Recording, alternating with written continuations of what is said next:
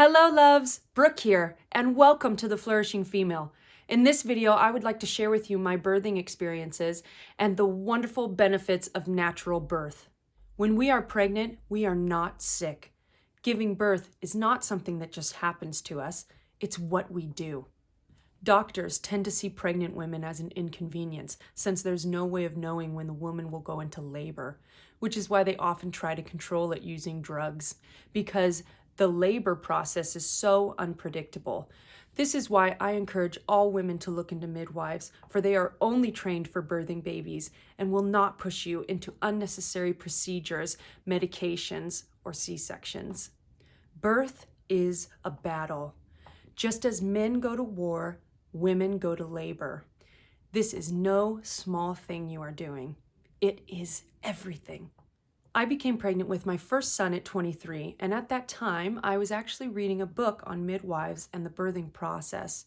This book helped me to understand that in order for me to have the birthing experience that I wanted, I had to prepare myself and train, just as anything else, and most importantly, I had to educate myself.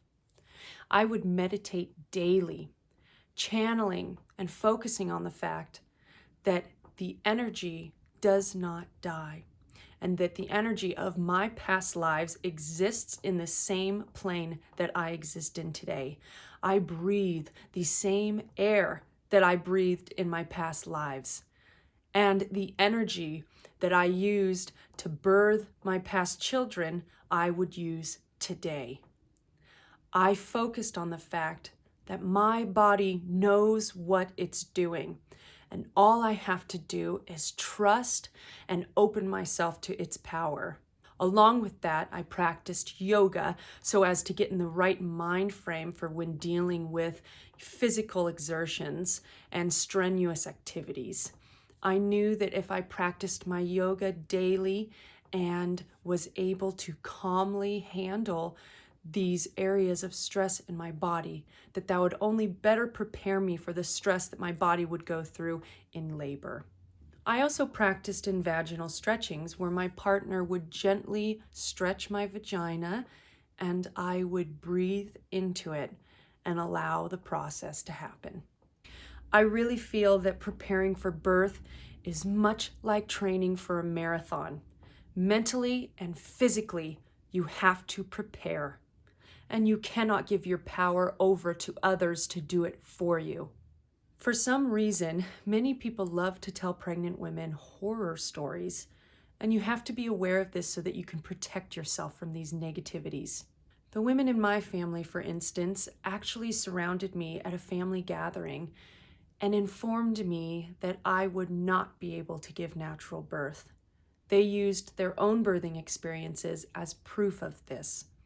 They all told me how terribly painful it was, and that the second they got to the hospital, they were screaming for the epidural.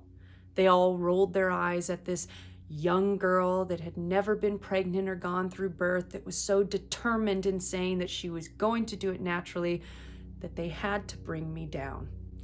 They, of course, were trying to bring me the truth so that I could prepare myself. But truly, I found it to be so horribly disappointing. How could something so natural and something that we're meant to do be something that I would be incapable of doing? In a way, I'm thankful that they told me I couldn't do it, for that just set in more determination, and I made sure that I proved them wrong. Be sensitive to the fact that our culture teaches women that there's no need for them to go through natural childbirth and that it's completely unnecessary, for the medical system has a better way. However, I and many of you out there know that this is not true, and others may not recognize this. I would now like to share with you my personal birth stories. This is a collection of many different goddesses that inspired me, and I put them together in a frame and took them with me into my birthing room, and they gave me much strength. I was 42 weeks pregnant with my first son, Ellis. I went in for my checkup and they found protein in my urine. For this reason, I had to be induced. I was desperately saddened by this, but I knew the necessity of getting induced to get the baby out before I had a seizure. I was in the hospital for 3 days while they tried more natural methods of induction, and finally, I had to be induced with Pitocin. For those of you that don't know, Pitocin causes contractions to be much stronger and closer together, so you don't get that natural rest that you need in between. Because of this, the chances are so much greater that a woman will get an epidural after being induced with Pitocin, and there the snowball effect starts. Epidurals numb your body, which makes it difficult to push efficiently, along with having to lay down with your legs pulled back, which causes your pelvis to be tilted in an inefficient position. It all creates a situation in which the mother becomes exhausted and is often given an unwanted C-section. At that time, there was no birth center at my hospital, and I was in the regular birthing rooms. Whenever my midwives were not there, the doctors and the nurses would come in and aggressively pressure me into taking medications that would make me sick and unable to move. They did so by telling me that if I did not, I would have a seizure. It was very difficult to hold my strength, but I did. And as I told one doctor, who was very surprised to hear, that I do not make decisions based on fear. While viewing the hospital birthing rooms to prepare for my birth, the nurses kept assuming that I would be drugged up during and after my labor, and were telling my partner what it would be like for him. I was saddened by the unconsciousness of the staff and the realization of how much you have to assert yourself in order to receive support for a natural birth in our culture. I was induced with Pitocin, and I did not get an epidural. My contractions were so close together that as soon as one would end, another would start. Although my labor was just 3.5 hours, because the contractions were constant, it was extremely difficult. I pushed my son out in 25 minutes, and he came out so calm and happy and content. As I held him in my arms, my family came into the room, and I just beamed at them and said, I did it. I still don't think they know exactly what I meant by that.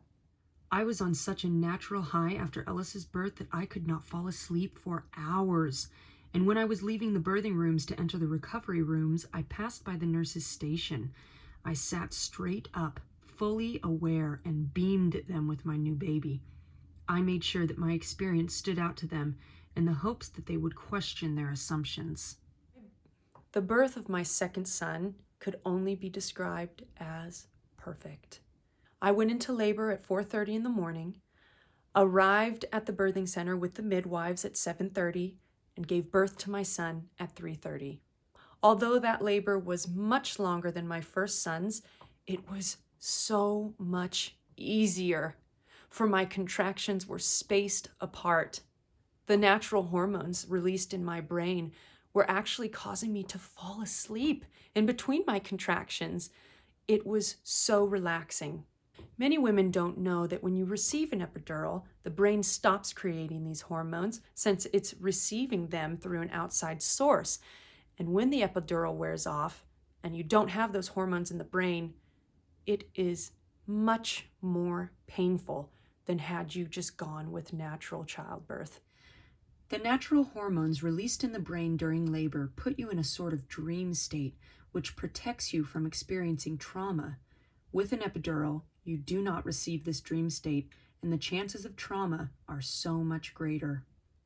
I did find that if I focused on a contraction and thought about how painful it was, the next one would come much quicker. But if instead I just allowed that contraction to happen and afterwards focused on how nice it felt to have it over, then the break lasted much longer. I listened to my favorite band, Pink Floyd, during the entire birth, and I ended up pushing him out during Comfortably Numb, remembering the guitar solo and just going into it. It was so helpful.